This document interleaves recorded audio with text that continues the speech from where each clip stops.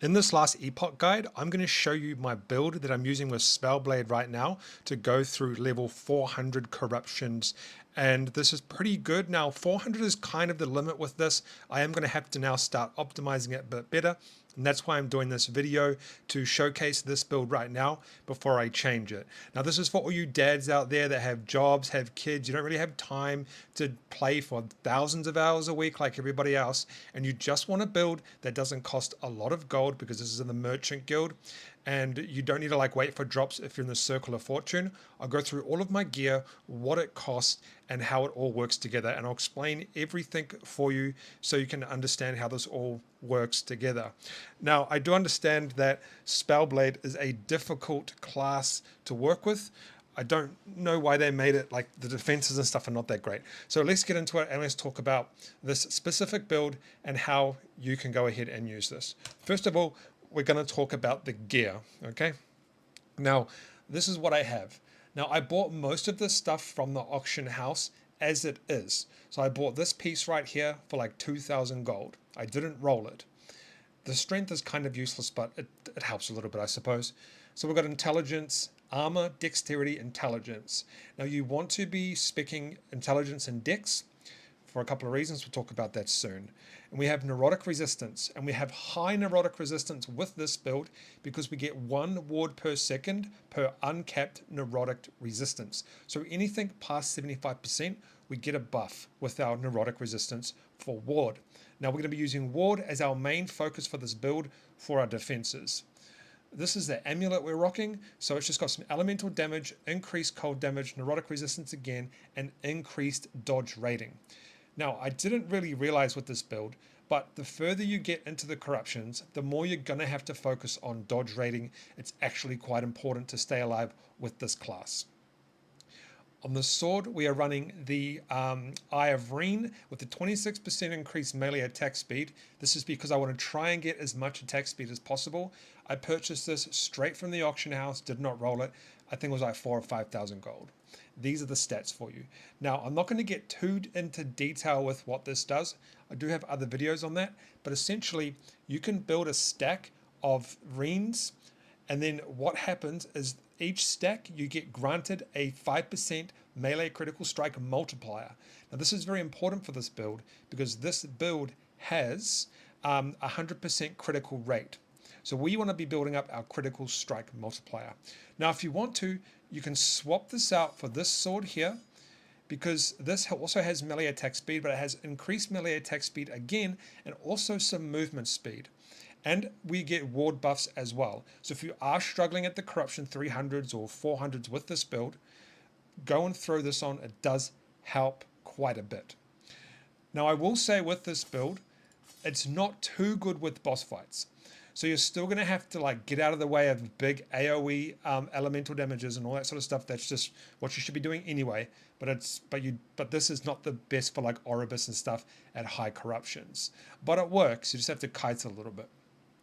This is the chess piece we're using. Now, I did roll this, so I can't remember what I paid, but I didn't pay much gold for the actual piece, but I did pay a little bit of gold for the purple item that I needed to roll this. We have 3 to Shadow Strike, some cold damage, physical resistance, and void resistance, and some dodge, movement speed, and a bit of haste, and then 1 point to dex skills. What that means is that gives me 1 extra point for Shadow Strike, 1 extra point for Mana Strike. We have this, which is 9% melee critical chance. This is what you want because it gives you a huge boost to critical strike chance.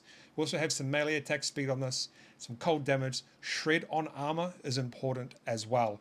This is a must for melee builds like this.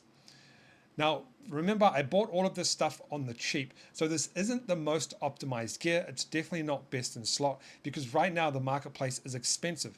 I need like 100 million gold just to buy one piece right now that I actually need, and I only have 100 million gold. It's kind of ridiculous. So I'm not rolling any gear right now. I'm going to probably go back to Circle of Fortune maybe and just start again, but it's crazy how expensive the marketplace is. You've got to really grind. It's kind of sucks. This is the ring I'm rocking. Increased elemental damage, dexterity. Once again, dodge rating on this as well. This is the belt. I did roll this as well. I got everything I wanted. Ward decay, increased dodge rating, and some extra health. We also get some extra damage. But what's more important with this is we get two big stats that we want. We get the necrotic resistance, and we also get increased ward gain on potion used, and a portion granted ward instead of health. This is critical, especially on boss fights, because I can pop 1 or 2 potions, I can go in and just hammer the boss because it boosts my ward up significantly. Let's see if it can do it now. Yeah, you'll see my ward just went up to nearly 6,000 right there. Okay, so I can pop a bunch of potions, I can get in, and it's kind of a cheap budget way to keep your defenses up. Then we have this ring. Now I did roll this also. It got endurance. Endurance is kind of useless for this build, but whatever, we got it anyway. We have intelligence, increased cold damage, neurotic resistance again. We have 7% increase to health and mana, and then we have 30% of mana spent gained as ward, and then we have some other ward buffs there as well. We have this sets of gloves. I can't find anything better than this right now, so this is what I'm rocking. We have critical strike avoidance. We'll talk about that in a second, but more importantly, we've got melee attack speed and increased critical strike chance as well. These are the boots. Bought these off the marketplace for like 2k gold. Wasn't very expensive as they are.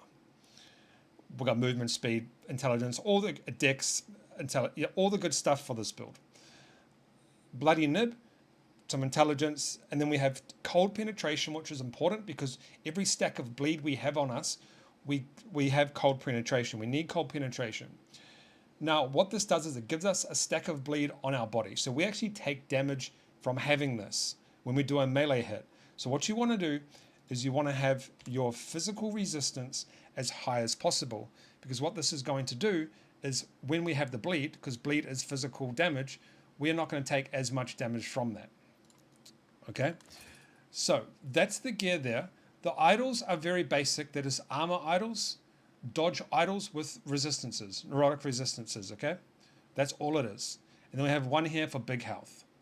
Now what I will do is we'll look at the stats, then we'll look at our points. So you'll see here, these are the stats. My intelligence is a little low. I would like to get that higher.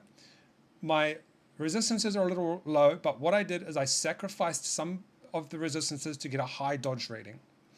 Now, my neurotic resistance is 265%, so it's very, very far over. So we get quite a bit more ward. Where was it? I can't remember. Here. Yeah, so we get quite a bit more ward for that.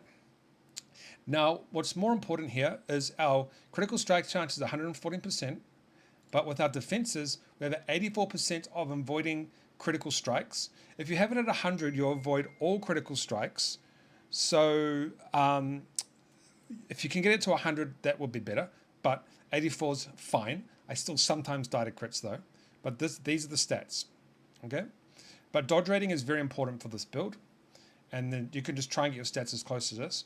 You don't have to use this, but this is pretty good. These are the blessings. Idle drop, who cares about that? Who cares about that? Who cares about that? Who cares about that? Who cares about that? Oh, that's the discovered blessings, my bad. Who cares about that? Who cares about that? We have 199 dodge rating. Who cares about that? We have cold damage. We have shard drop. No, I don't care about that. 15% increased armor. Shard drop. Critical strike avoidance, and then dodge rating again. I have increased dodge rating again, and then armor, as I think I just said. I'm going to go over the passives quickly, and you can pause on the screen if you like. These are the passives that I'm running. So pretty simple here. These are the passives that I'm running here. I'm not going to explain every single one because you guys should know what they are anyway. And this is just what I've spec'd into.